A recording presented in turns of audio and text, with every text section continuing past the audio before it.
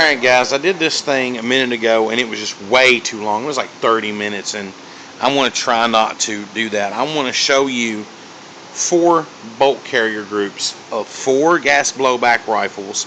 We're going to talk about what's good and bad about them. We're going to dig into it and go further into my point that it's the bolt carrier group, or actually the nozzle and the magazines, that make the difference. It's not the gun, y'all. It's not the gun. To say that the King Arms breaks BBs and it's a horrible POS is a bunch of BS. Alright, now Booby and I were talking. He said the guys in North Cali, they don't like King Arms because they said it breaks BBs. Well, you know why? It's a stupid loading nozzle, and all you got to do is spend a little money and put a GMP in it, and you don't have that problem, and quit loading the daggone things too tight. It's a great gun once you upgrade it to steel parts. It's just as good, if not better, than any other one. Alright, now what we have here is a little lesson in CSI. This is the bottom of a well-known boat carrier. This is another one of a well-known boat carrier. First, I want to show you the pros and cons of tool marks. Both of these 2 rifles are only a couple of months old. Alright? You see how wide that roller bearing is, where it's making contact with the bottom of this bolt carrier group. Look where this one's making contact with the bottom of its bolt carrier group. You have the exact same wear from here to here, from here to here, all the way down. That means the bottom of this bolt carrier group is in tolerance. It's the perfect thickness, the perfect diameter. There's no high or low spots in the metal at all. This one, not happening. You got a high spot, a low spot, and high spots only in this area. And right here is the only place that roller bearing on that hammer is making contact with this bolt carrier group.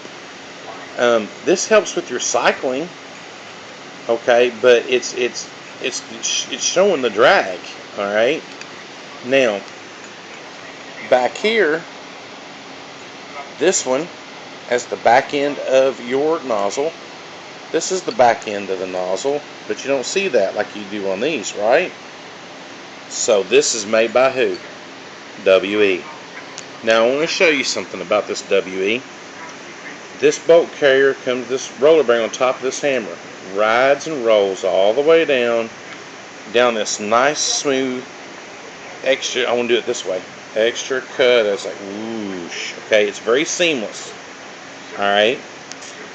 This one just snaps off and snaps off and snaps off. These others do the same thing. Just snaps off the edge, snaps off the edge. This puts pressure on your hammer. It puts pressure on your bolt carrier group. It puts drag and coefficient drag on your bolt carrier group. Slows down your rate of fire. Slows down and makes your cycle sluggish and slow. This right here just makes it nice and smooth. Alright, we already ascertained this is GBBRs. This is KWA-LM4. Alright, so what's going on with the KWA-LM4? One thing I like is right here, that bolt stop is just awesome. Okay, no other way to put it's awesome. You don't have any wear there on your bolt stop. Guess what? You don't have any over here either on your GBBRs. That's awesome.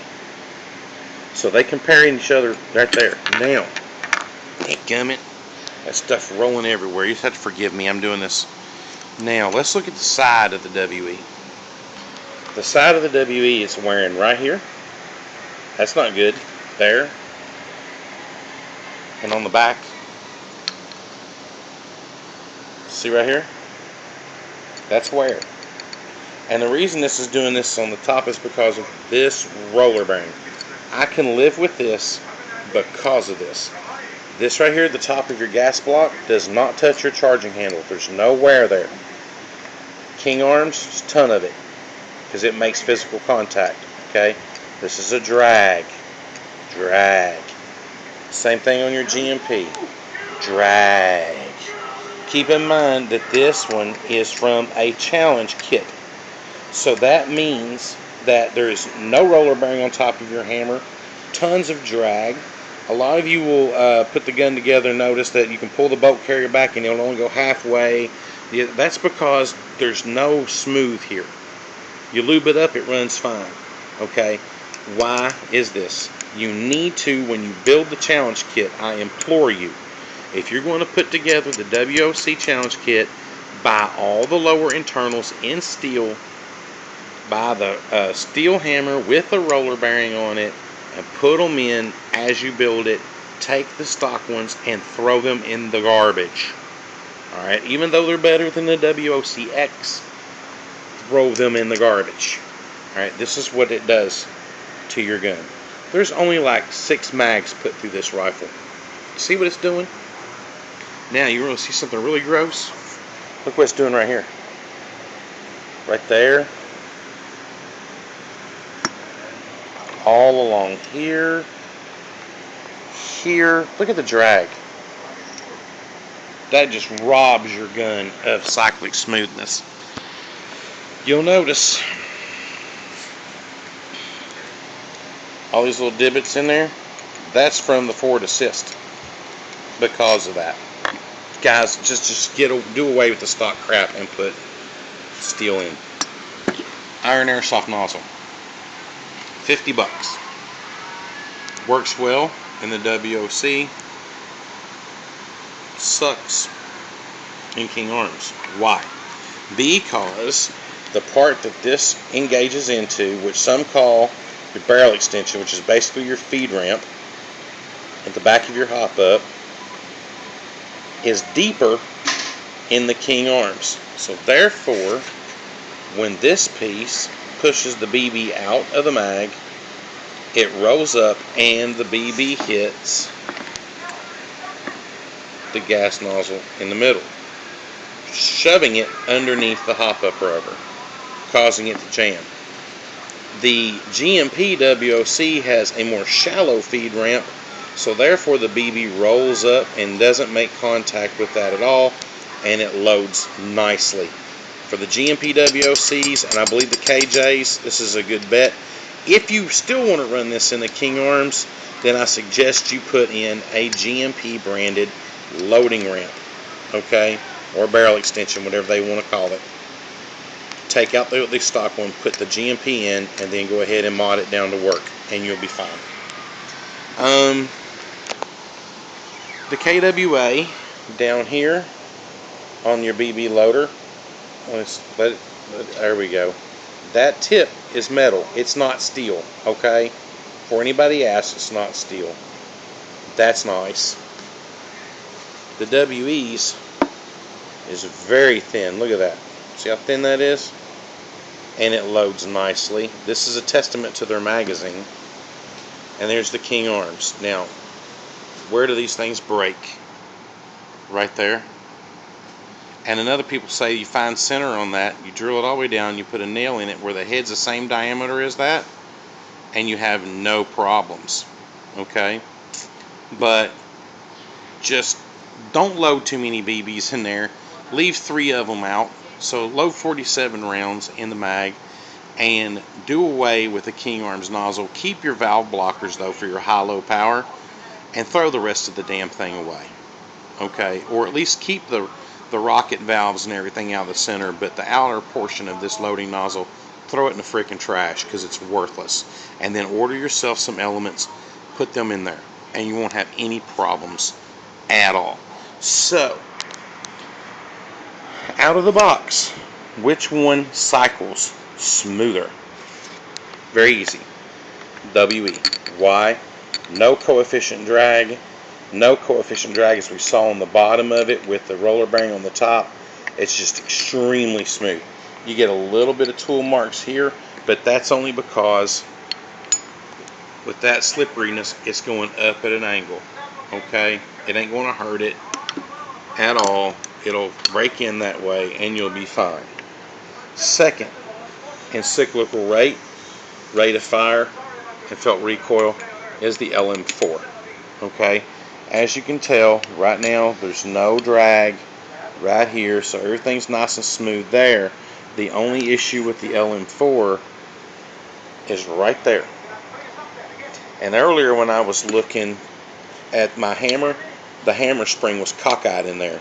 So I think the hammer could definitely, I'm going to ask Booby if he ever did his, the hammer could really use a shim job, stock out of the box on this one, before there's problems down the road. Felt recoil. A lot of people say WE, you don't feel recoil as good as you do on this one, and that's total BS. And I'm going to tell you why. Scientifically, there's no way. Alright, number one, you don't have a lot of drag on this one, but you do have some. Okay, you don't have any up here because it doesn't touch the charging handle. That's a plus. The charging handle only touches the front. The WE doesn't touch the charging handle. It only touches it in the front. These guys touch the charging handle all over the place.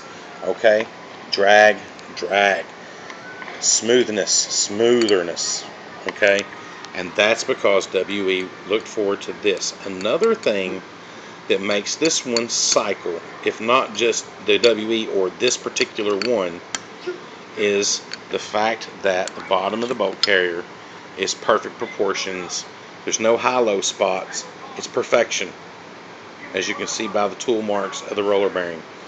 The way here's a good view of it. See how it just goes down at an angle right here and just whoosh, whoosh.